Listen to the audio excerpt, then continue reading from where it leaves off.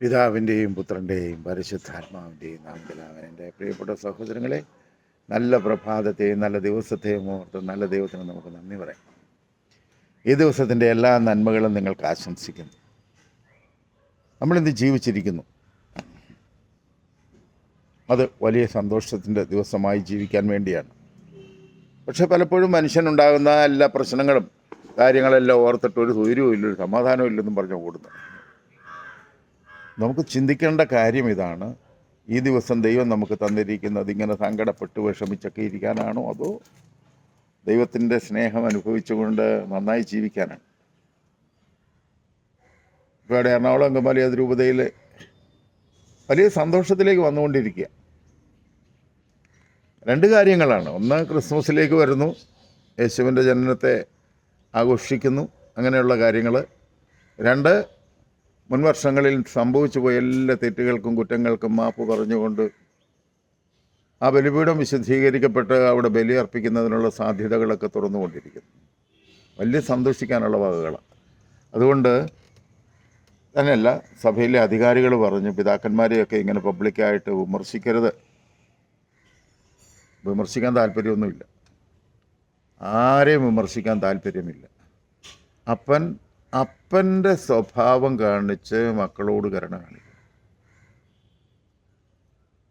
ഞാൻ പറയുന്നത്, തട്ടിൽ പിതാവിനെ സംബന്ധിച്ചിടത്തോളം എനിക്ക് ഭയങ്കര ഇഷ്ടമുള്ളൊരു പിതാവ്.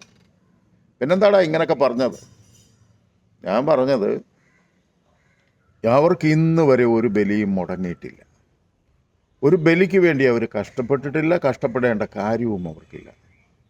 അതുപോലെ തന്നെ ബോസ്കോ പിതാവ് പ്രൈവറ്റ് മാസികയിൽ കൊണ്ടുപോവുക.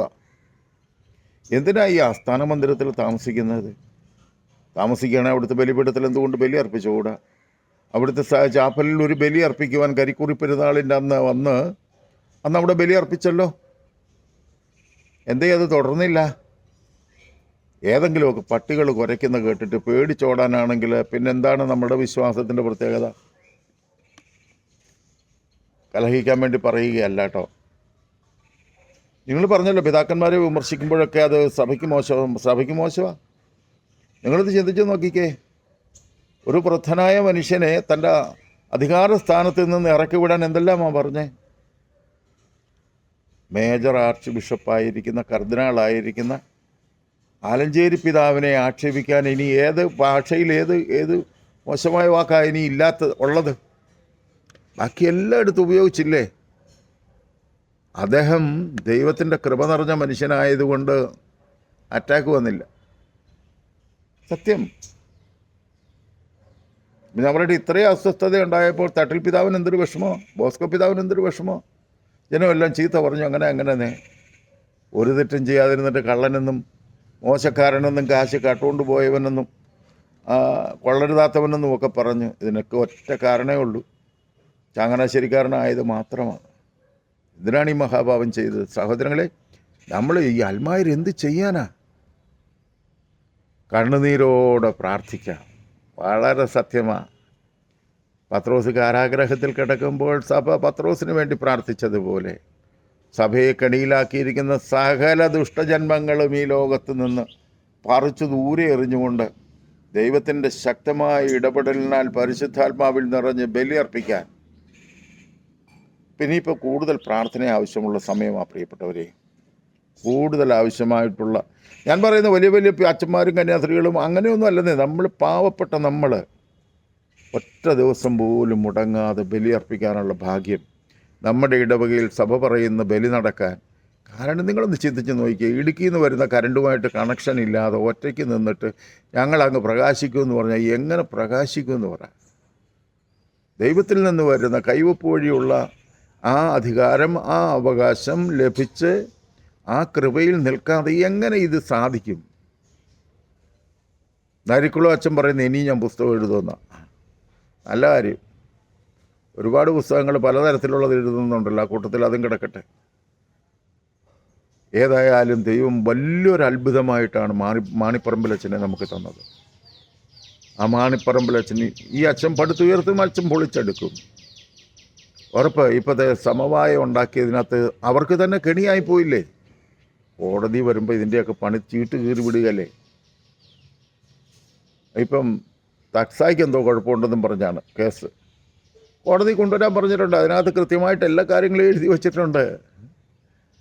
ഒരു രക്ഷയില്ല എൻ്റെ പൊന്നുമക്കളെ. ദൈവത്തോട് ഗുസ്തി പിടിക്കാൻ പോകണം. നിൻ്റെയൊക്കെ ഉള്ളിലെ ചിന്ത എന്താണ്? നിന്നോടൊക്കെ ചേർന്ന് നിൽക്കുന്ന വൈദികർ, സത്യത്തിൽ വൈദികരെന്ന് പറഞ്ഞാൽ ദൈവികരെന്ന്, അതേ ദൈവത്തെ കൊണ്ട് നടക്കുന്നവരെന്ന് അതിനർത്ഥം. സാധാരണ മനുഷ്യൻ അങ്ങനെയൊക്കെയാണ് ചിന്തിക്കുന്നത്.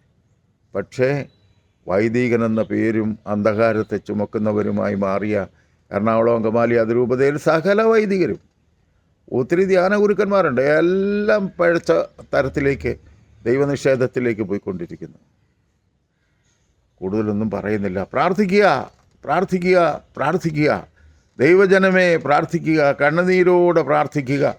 ഇപ്പോൾ ഞാൻ പറയട്ടെ, വിമത കുടുംബങ്ങളിൽ നിന്ന് ശക്തമായ പ്രാർത്ഥന ഉയരുന്നു കേട്ടോ. ദൈവമേ ഒന്ന് ഇടപെടണമേ എന്ന് പ്രാർത്ഥന തുടങ്ങിയിരിക്കുന്നു. വിമത കുടുംബങ്ങളിലെ പ്രാർത്ഥന ശക്തമായിട്ടുണ്ട്. തന്നെയല്ല വിമതന്മാരും വിഷമിച്ചെന്നേ. ഇനി എന്നാ എടുക്കണ്ടേ? എങ്ങോട്ടാണ് പോകണ്ടേ? പുറത്ത് ഒരു സഭയും സ്വീകരിക്കുന്നില്ല. പിന്നെ ഇത് ഒറ്റയ്ക്ക് തിരിഞ്ഞ് നിൽക്കാൻ ഒക്കത്തില്ല. സമ്പത്ത് കണ്ടൊക്കെ കിടന്ന് ചാടിയതാണ്. ഇപ്പോൾ സമ്പത്തും കൈവിട്ടു പോകും, അധികാരവും കൈവിട്ടു പോകും, അഭിഷേകവും കൈവിട്ടു പോകുന്ന ലെവലിലേക്ക്.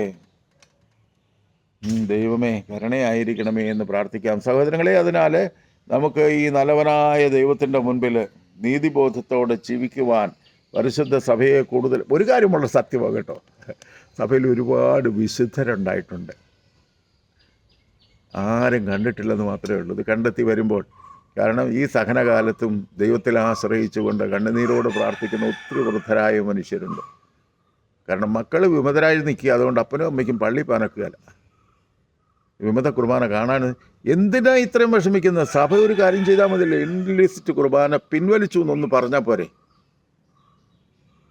ഇൻലിസിറ്റാന്ന് പ്രഖ്യാപിക്കാമെങ്കിൽ ഇത് പിൻവലിക്കാനായിട്ട് പിതാക്കന്മാർക്ക് എന്താ പ്രശ്നം?